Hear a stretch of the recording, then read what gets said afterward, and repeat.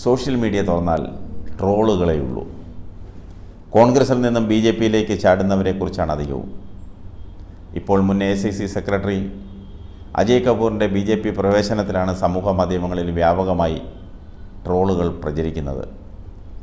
കോൺഗ്രസ് നേതാക്കൾ BJPയിൽ പോകുന്നത് തടയാൻ രൂപീകരിച്ച 5 അംഗ കമ്മിറ്റിയുടെ അധ്യക്ഷനായിരുന്നു അജയ് കപൂർ. ഇതാണ് വ്യാപക ട്രോളുകൾ വരാൻ കാരണം. ലൂസിഫറിലെ വിവേക് ഒബ്രോയുടെ പ്രശസ്തമായ തീം വെച്ചുള്ള ട്രോളാണ് ഏറ്റവും ഹിറ്റായത്. നേതാക്കൾ BJPയിൽ പോകുന്നത് തടയാൻ കമ്മിറ്റി ഉണ്ടാക്കി.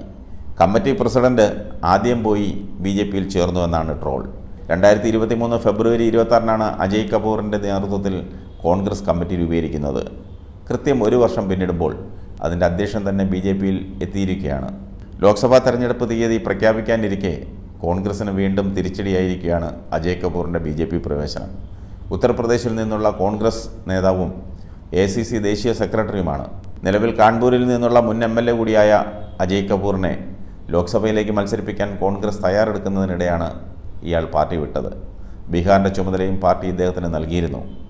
കോൺഗ്രസ് സസ്പെൻഡ് ചെയ്ത പട്യാല MP പ്രണീത് കൗറും BJPയിൽ ചേർന്നു. പഞ്ചാബ് മുൻ മുഖ്യമന്ത്രി അമരീന്ദർ സിംഗിൻ്റെ ഭാര്യയാണ്. കേരളത്തിൽ നിന്നും പല കോൺഗ്രസ് നേതാക്കളും കൈവിട്ട് താമര ചൂടുന്നുണ്ട്. വർഗീയ ശക്തികളെ പടിക്ക് പുറത്തു നിർത്തിക്കൊണ്ട് മതനിരപേക്ഷതയും ജനാധിപത്യവും ഉൾപ്പെടെയുള്ള ഭരണഘടനാ മൂല്യങ്ങൾക്ക് വേണ്ടി നിലകൊണ്ട ചരിത്രമാണ് കേരളത്തിൻ്റേത്.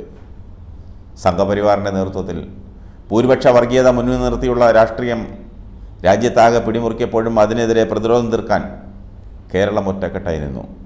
സംഘപരിവാറിൻ്റെ വളർച്ച സൃഷ്ടിക്കുന്ന ഭീതിയും ആശങ്കയും ഇവിടുത്തെ വോട്ടർമാരുടെ തീരുമാനങ്ങളിൽ പ്രതിഫലിക്കുമെന്നത് നിസ്സംശയമാണ്. അതുകൊണ്ട് തന്നെ പുതിയ ലോക്സഭാ തെരഞ്ഞെടുപ്പ് ആസന്നമായ ഈ ഘട്ടത്തിൽ കേരളം ഉറ്റുനോക്കുന്നത് കേന്ദ്രത്തിൽ മതനിരപേക്ഷ രാഷ്ട്രീയത്തെ എങ്ങനെ അധികാരത്തിലേറ്റാമെന്നതാണ്. കഴിഞ്ഞ ലോക്സഭാ തെരഞ്ഞെടുപ്പിൽ ഈ ആശങ്ക ഏറ്റെടുക്കുന്ന മട്ടിലാണ് കോൺഗ്രസും സഖ്യകക്ഷികളും പ്രചാരണം നടത്തിയത്. BJPയെ പരാജയപ്പെടുത്താൻ കോൺഗ്രസിന് വോട്ട് ചെയ്യുകയല്ലാതെ മറ്റൊരു മാർഗവുമില്ലെന്ന വാദമാണ് അവർ ജനങ്ങൾക്ക് മുന്നിൽ വെച്ചത്. കേരളത്തിൽ വിജയം നേടാനായില്ലെങ്കിലും രാജ്യത്തിൻ്റെ ഇതര മേഖലകളിൽ കോൺഗ്രസിനെ കൈവിട്ടു. ചരിത്രത്തിലെ ഏറ്റവും കടുത്ത പരാജയം കൂടുതൽ നിശ്ചയദാർഢ്യത്തോടെയും ഒരുമയോടുമുള്ള പുതിയ പരിസരങ്ങൾക്കാണ് ജനങ്ങളോട് പ്രതിബദ്ധതയുള്ള ഒരു രാഷ്ട്രീയ പാർട്ടിയെ പ്രാപ്തമാക്കേണ്ടത്. എന്നാൽ കോൺഗ്രസ് നേതാക്കൾ തങ്ങളുടെ വാഗ്ദാനങ്ങൾ മറന്നു എന്നു മാത്രമല്ല, ഒന്നിനു പുറകെ ഒന്നായി BJPയിലേക്ക് കൂറുമാറി ജനങ്ങളെ വിഡ്ഢികളാക്കുകയാണ് ചെയ്യുന്നത്. അതിപ്പോഴും തുടരുന്നു. അത് കേരളത്തിലും തുടരുന്നു.